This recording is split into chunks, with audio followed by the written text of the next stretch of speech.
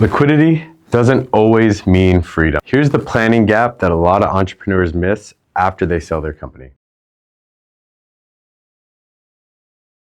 You just sold your company. You've got 50, 60, 70 million dollars in the bank. Now what? A lot of people who sell their businesses are stuck in this situation.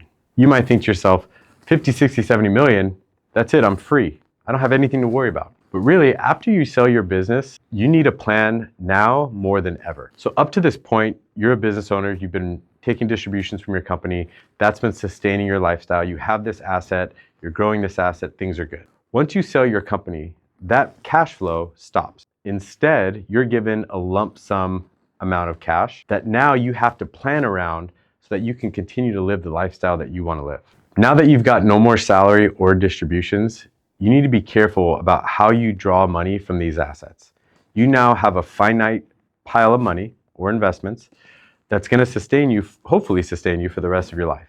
So if you don't have a clear withdrawal strategy in place, you're going to tend to overspend or possibly overinvest into things that you shouldn't be doing and could potentially compromise your financial freedom. We see this all the time. Entrepreneurs sell their company, they get 50, $100 million, whatever the number is. Instantly, they get to the top of the list on all of these private equity or hedge fund managers or private investment companies, and they get hit up for private deals all the time. Oh, this client, this person sold their company, they've got a bunch of money, let's see if they'll invest in our new business or invest in our fund. And entrepreneurs, the way that they're wired, they're very inclined to do these types of deals, right? Why? Because they built all of their wealth through concentrated investing, meaning all of their wealth was created in a small business or medium-sized business. So they think, well, I can do that again. This guy's got a great idea. I'm gonna invest in his business and my $1 million investment's gonna turn into 50 again. It doesn't always work like that. The way we guide our clients is we take a step back and we build a plan. We need to understand what their financial freedom goals are, meaning how much they want to spend to maintain their lifestyle. And then we need to set up a buckets of money approach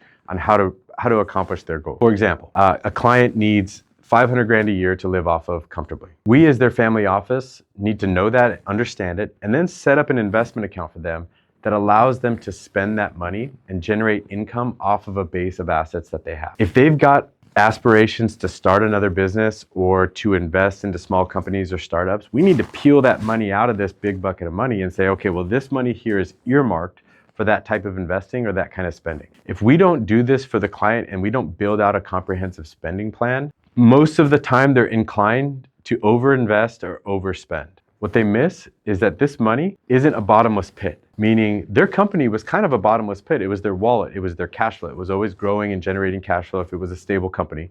But now that they've sold it, that pile of money is all they have. And so we need to help them understand what they can spend, what kind of lifestyle that they can live, and give them guidance on how liquid versus illiquid they need to be. There's often a lot of decision paralysis for entrepreneurs after they sell their company. They've got 50, $100 million in the bank and they don't even know where to start. This is why working with the family office is important. We're gonna help identify your goals, identify your spending needs, and help you build out an asset allocation plan on where to deploy that money. With a goals-based plan in place, it'll help guide our clients to make sure that they're making wise investment decisions with their family's goals in the crosshairs. That'll give them flexibility and freedom to know how much they can invest or how much capital they can deploy into maybe a new company or a friend's business or some type of real estate deal while still maintaining their own financial freedom. A lot of times we like to set up a buckets of money approach.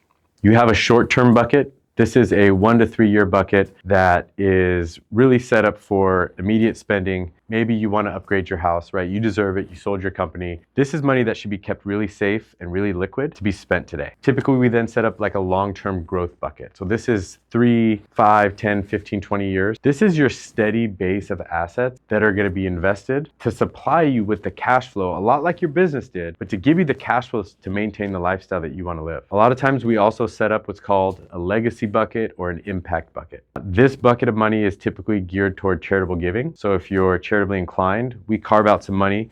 There's a tax play here as well. We can set up things like a donor advised fund or a family foundation. Depending on how much you want to give, you can obviously benefit tax-wise from this as well. But we like to carve those assets out because if they are charitable assets, we know that we cannot generate personal cash flow off of them if they're designated to charity.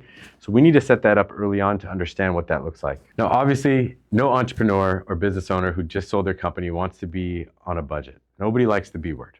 We get it. Our goal is to help set up a comprehensive plan that gives you the framework to work within so that you're not stressed out about making decisions. You're not stressed out about, can we build that new custom house? Can I really give away $1 million to charity? Can I draw 500 grand a year from my investments? By going through a comprehensive goals-based planning process, we can identify those goals, show you and educate you on what your money can do for you, and then help implement and maintain that plan throughout your financial freedom. Selling your company is often one of the best days of many people's lives, right? A lot of people start businesses with the intention of selling them. A lot of people start businesses saying, I'll never sell, and then someday they do end up selling them. What we don't want is for that sale to give you anxiety or to cripple you long-term in your financial freedom. This is why working with a fiduciary family office is so important, so that you can have a goals-based plan in place that gives you the freedom that you work so hard for.